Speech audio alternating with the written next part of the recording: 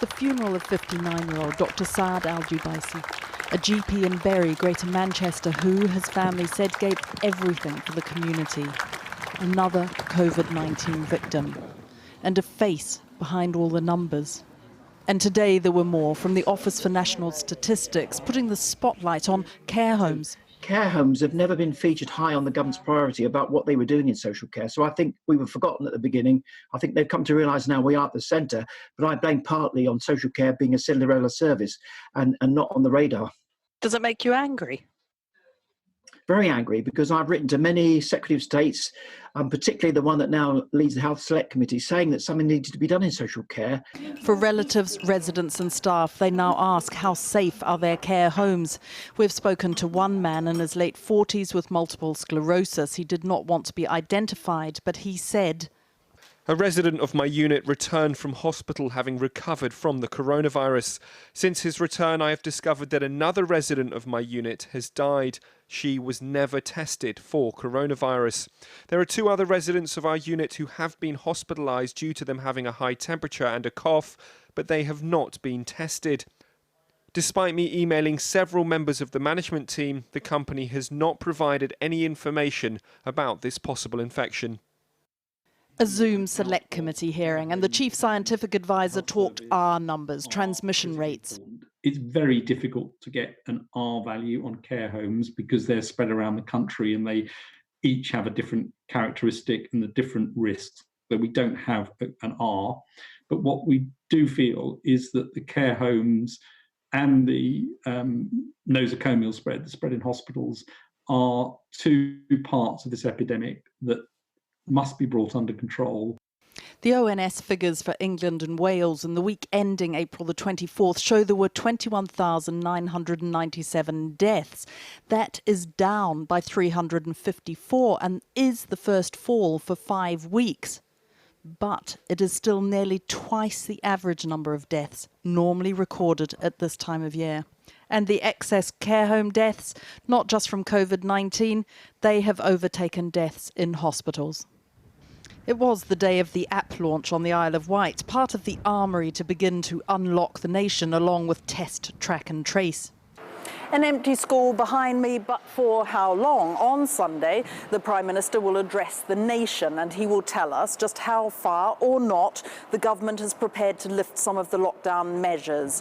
One of the suggestions is that perhaps primary school children, maybe just year 6, could go back after half term. But this is not a decision for the UK as a whole. Scotland's First Minister today outlined a number of different options.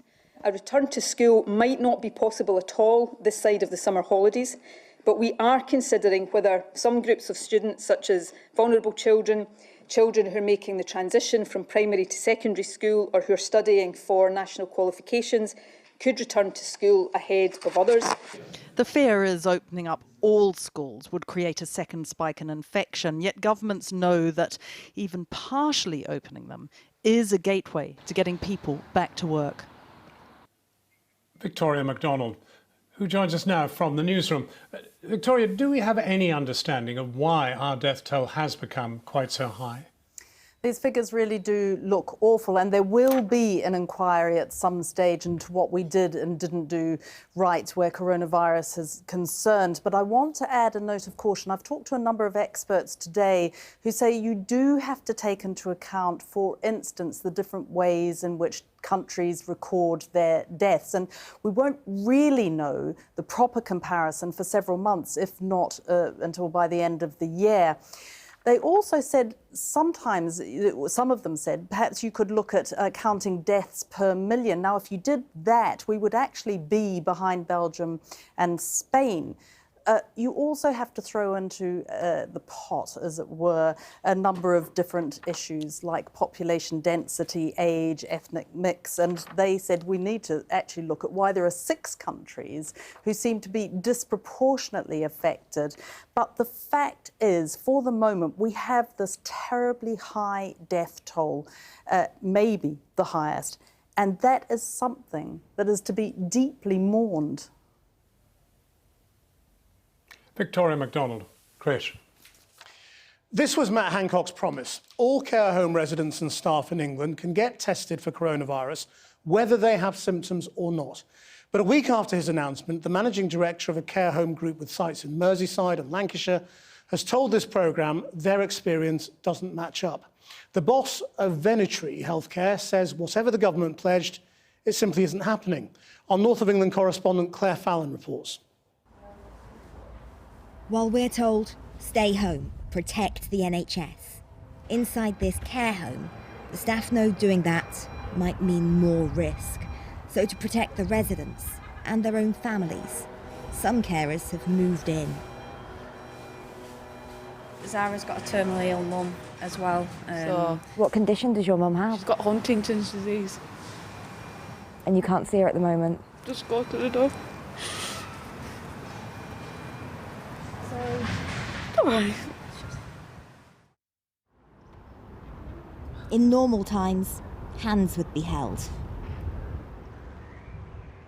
Now kindness comes plastic wrapped as they open windows so a daughter can be heard by her dying father. We're here, Dad. Love you.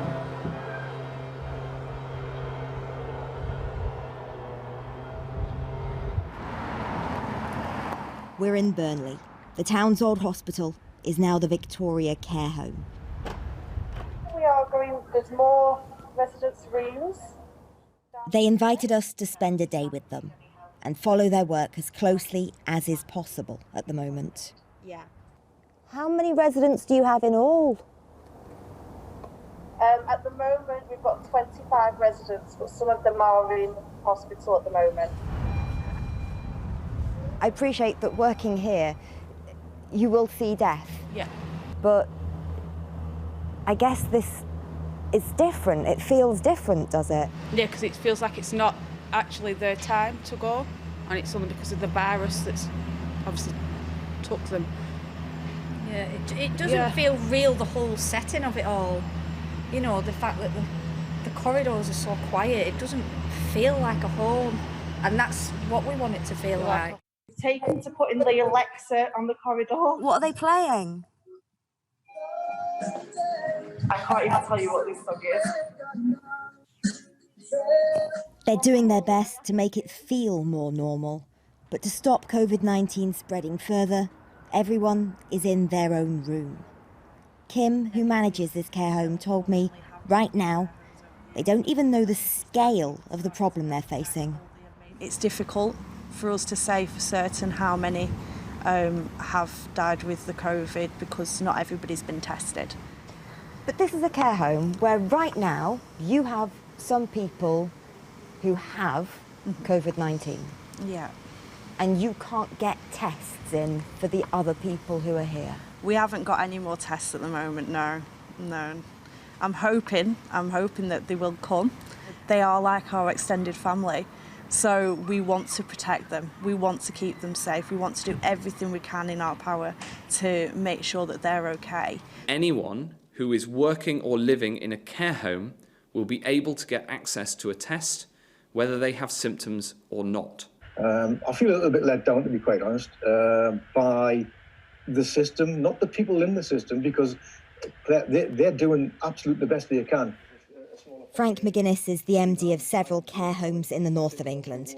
And in England, the policy is that everyone in care homes, regardless of symptoms, can get a test. But Frank's been getting mixed messages instead of tests. It's not so much for myself, but for the team who are going to work every day, putting their lives and the lives of their families on the line, to then be let down by the fact that the reality isn't matching up with the rhetoric. Public Health England told us testing people without symptoms in care homes is the responsibility of the Department of Health.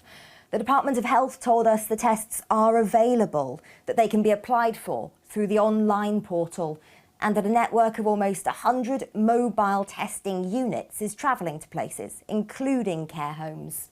We asked how many. They said they couldn't give us a breakdown. It's hard through this window. It's so hard. This is why it matters. In Burnley, In a room in a care home is a man called John. They don't think he has long left. They don't know if he has COVID-19. How much response are you getting at the moment? Not a lot. It looks vacant. It's just shit, really, if I'm honest with you. And it's heartbreaking because it's not what you want. And through that window... You want to be holding his hand, right? Yeah. I do. And I can't. Okay. Thank you. Take care. Yeah, you as well. Well, joining me now is Mandy Thorne, who's Vice Chair of the National Care Association, an organisation of small and medium-sized care homes in England. Can you tell me how widespread is this problem of getting access to testing for people who aren't symptomatic? From the reports that we're getting from our members, it's really patchy, and that's the frustration. In some areas, it is possible to get your residents tested and your staff. In other areas, it is, as we've just heard in that heartbreaking segment that you played, it is incredibly difficult. And that's the frustration. I mean, the key numbers that we saw today in the government's briefing again show that when the apparent peak was coming down in hospitals, it's still going up in care homes. What does that tell you about where care homes were placed as a priority? I think there is a strong feeling from our sector that care homes were really not thought of.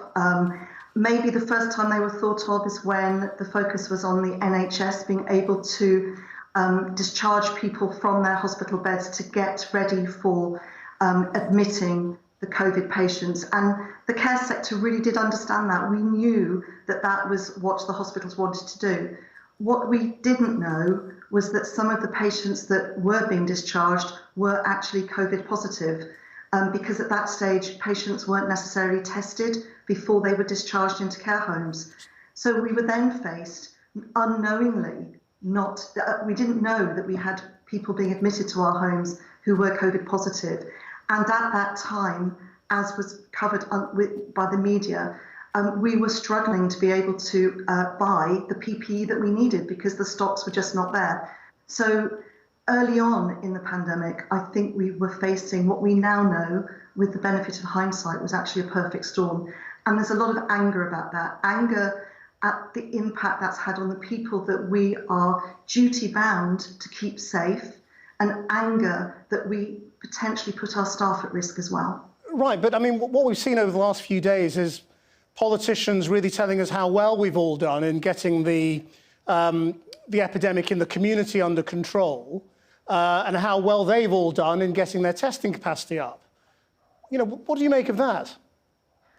I think there have been incredible strides made over the last couple of weeks in getting things under control. But I think we have to get the balance. The care home sector is, we look after the most vulnerable people in our society. And actually, we're doing that really, really well because the staff who work in the care homes are going above and beyond. And we must really pay tribute to the work that they're doing. But there are people who very sadly are getting the virus because it was introduced by people coming into the services. Care homes actually closed their doors to visitors, the vast majority did, before the government told us to do that. We have followed government guidance, but I think the comment right at the end of your segment that PHE, Public Health England, is saying testing in care homes is the responsibility of the Department of Health and Social Care, and the Department of Health and Social Care saying, yes, but the care sector has always really fallen in between the different parts of government. We just need to know that we can access testing for our staff and, really importantly, for those people that we look after, whether they're symptomatic or not, when we need to. And we need to not be pushed from pillar to post. It's really, really frustrating. The care sector just wants to do its best, and we're not necessarily being helped in that. Now, some people we've spoken to have also talked about the difficulty of identifying symptoms.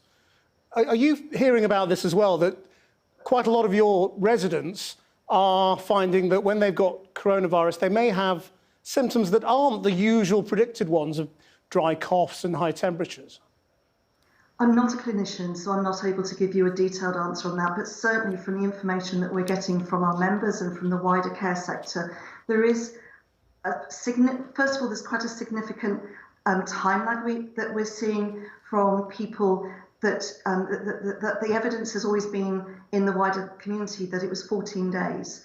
But actually we are seeing patients across the country that for older people, that time from potentially first exposure to COVID and to when symptoms are being shown is much longer, and the symptoms are different. But you know that often is the case anyway in older people for everyday illnesses, particularly where you have people with a lot of different conditions anyway. But as I said, I'm not a clinician, so I'm probably not the best person to answer that. Mandy Thorne, thank you very much indeed. If you live or work in a care home and would like to tell us about your experience, email us at frontlinestories@itn.co.uk. From the timing of the lockdown to concerns about antibody tests, the government's scientific advisory group, SAGE, has published a series of documents showing some of the scientific and ethical advice it has been giving ministers since the crisis began.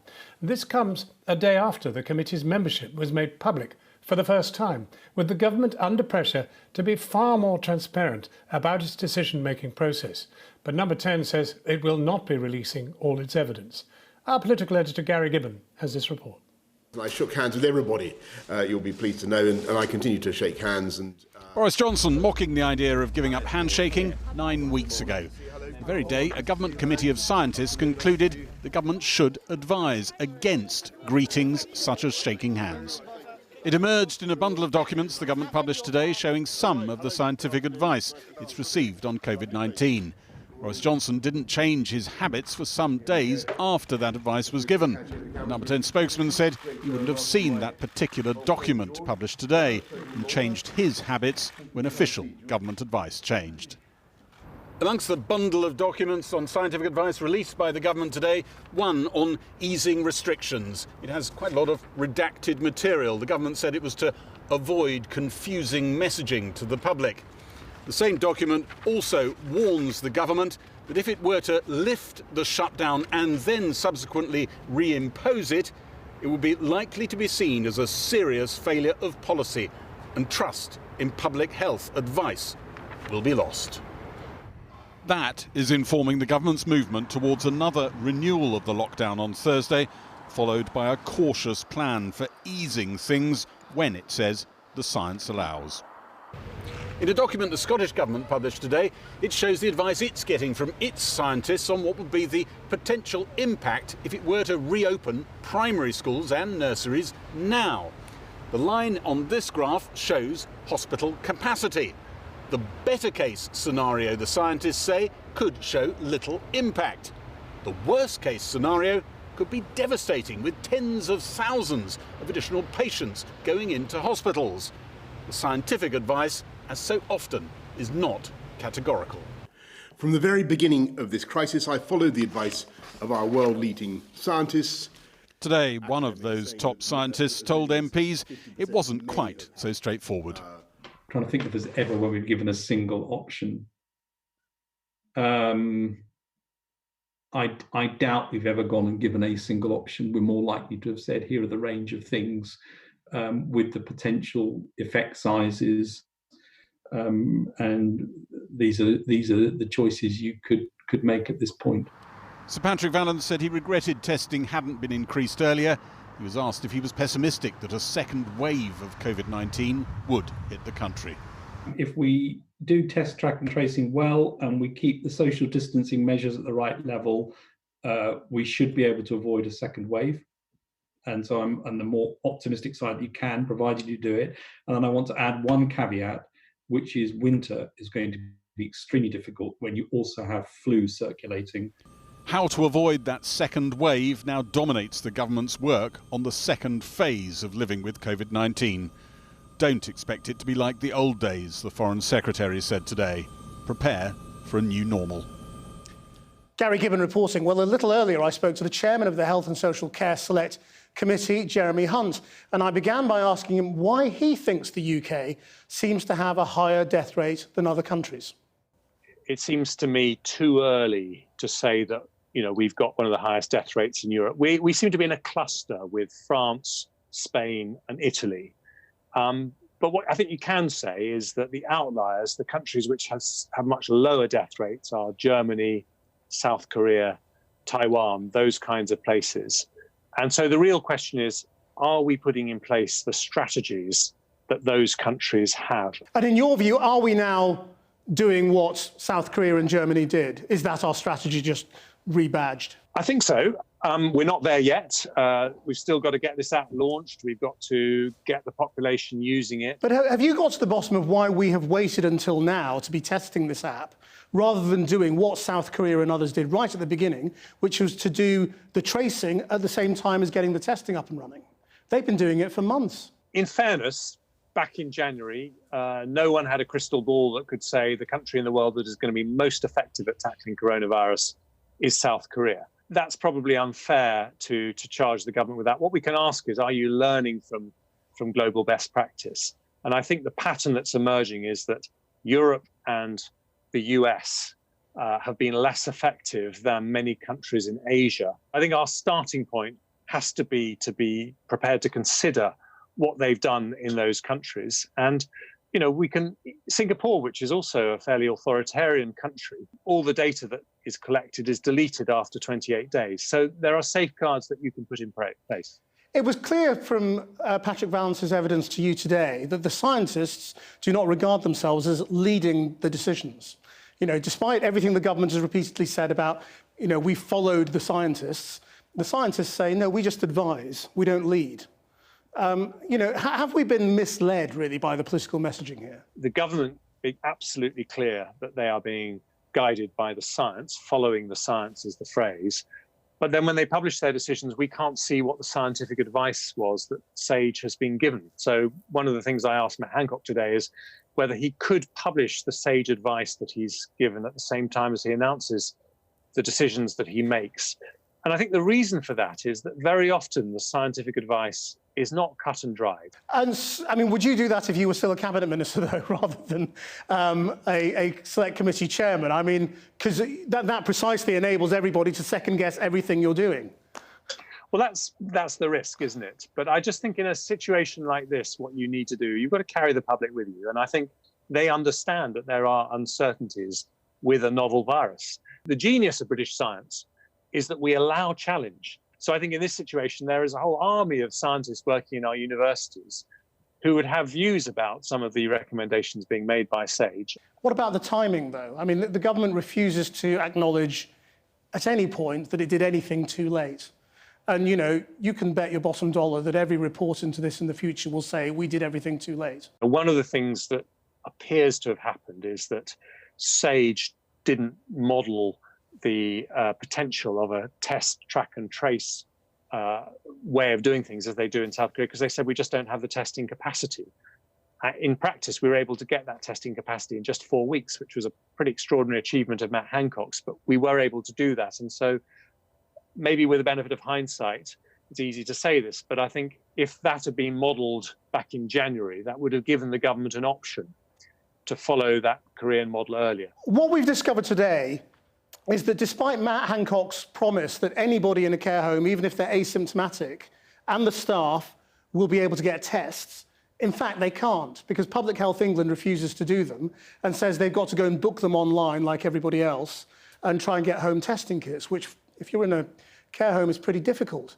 Well, I imagine they'll want to sort that out very quickly, because Sir Patrick Vallance was saying today that one of his biggest concerns is the virus being reintroduced to the country through care homes. He talked about having different reproductive rates in hospitals, in care homes and in the community. So I'm sure that's something they'll want to sort out very quickly, as indeed they will with the issues of PPE in care homes, which I know you've also been highlighting. Jeremy Hunt,